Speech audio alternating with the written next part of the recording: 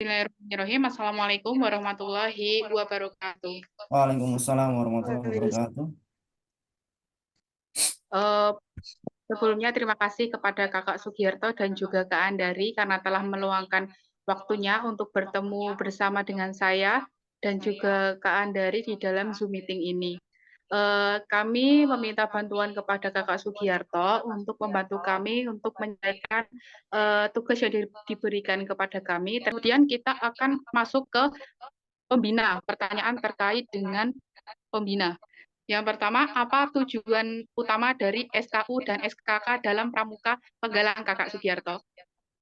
Oke, untuk tujuan utama dari SKU ya, bagi standar kecakapan umum dan juga SKK, standar kecakapan khusus dalam pramuka, apalagi di tingkat Penggalang, yang pertama nanti mengembangkan karakter eh, para siswa ya atau para adik-adik untuk mendorong anggota untuk menjadi pribadi yang tangguh, bertanggung jawab maupun disiplin.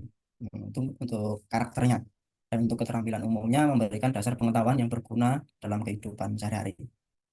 Contohnya untuk mengembangkan karakter, yaitu dari SKU-nya bisa pioneering tentunya, nanti bisa dikembangkan kepemimpinannya dan juga untuk pertolongan pertama. Jadi bisa direalisasikan di kehidupan sehari-hari. Dan untuk kecakapan khususnya atau keterampilan khususnya untuk mengembangkan minatnya sendiri. Minatnya mau diarahkan kemana. Jadi umumnya masuk, keterampilan khususnya juga masuk gitu. Mungkin apalagi? Baik, untuk pertanyaan selanjutnya, bagaimana strategi yang Kakak gunakan untuk membimbing peserta didik agar dapat mencapai SKU dengan baik? Strateginya ya yang pasti adalah membimbing untuk para adik-adik pembina adik-adik penggalang untuk mengembangkan minatnya dalam hal apapun yang mereka inginkan dan juga tetap di dalam koridor standar kecakapan umumnya tentunya itu dari kami eh, di wilayah Kudu kami selaku pembina, apalagi saya pembina penggalang ya di lingkup SD itu kan kelas 456, kami kembangkan di SKU-nya di tingkatan penggalang ramu, Pak. Jadi awalan untuk pengenalan mereka sebelum masuk ke tingkatan penggalang rakit gitu. Untuk pertanyaan selanjutnya, apakah ada tantangan tertentu yang dihadapi oleh peserta didik dalam memenuhi SKU? Jika ada, bagaimana kakak mengatasinya? Untuk kendala pasti Kak, apalagi untuk zaman sekarang untuk adik-adik penggalang, kendalanya pertama itu yang pasti membaca. Apalagi di tingkatan penggalang ramu kan masih perlu membaca. Padahal dalam realisasinya di SK-nya itu ada terkait tentang membaca. Yang kedua, mungkin transisi antara dari umur tingkatan dasar atau masih kecil transisi ke dewasa, apalagi di kelas 4 sampai 6 itu kan masih merasa mereka itu masih kecil. Jadi belum maksimalnya untuk melaksanakan materi-materi yang kami sampaikan. Contohnya kayak pertolongan pertama itu banyak yang gojek atau gimana gitu. Intinya tidak bisa maksimal. Yang kedua, prakteknya di PBB.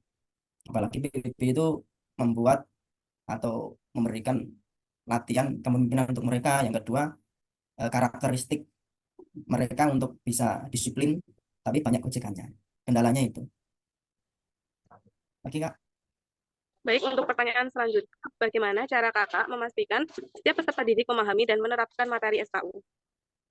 Eh, untuk kami ya, selaku pembina penggalang, yang pasti tiap pertemuan, apalagi di satu minggu itu pertemuan cuma satu kali, dalam satu bulan kan otomatis 4 kali pertemuan, jadi kita struktur dari pertemuan pertama itu materi, taruhlah materi A, untuk pertemuan kedua materi B, yang ketiga atau pertemuan ketiga itu kita kasih evaluasi. Dalam hal evaluasinya itu menggunakan with game atau penjelajahan lingkup dalam sekolah.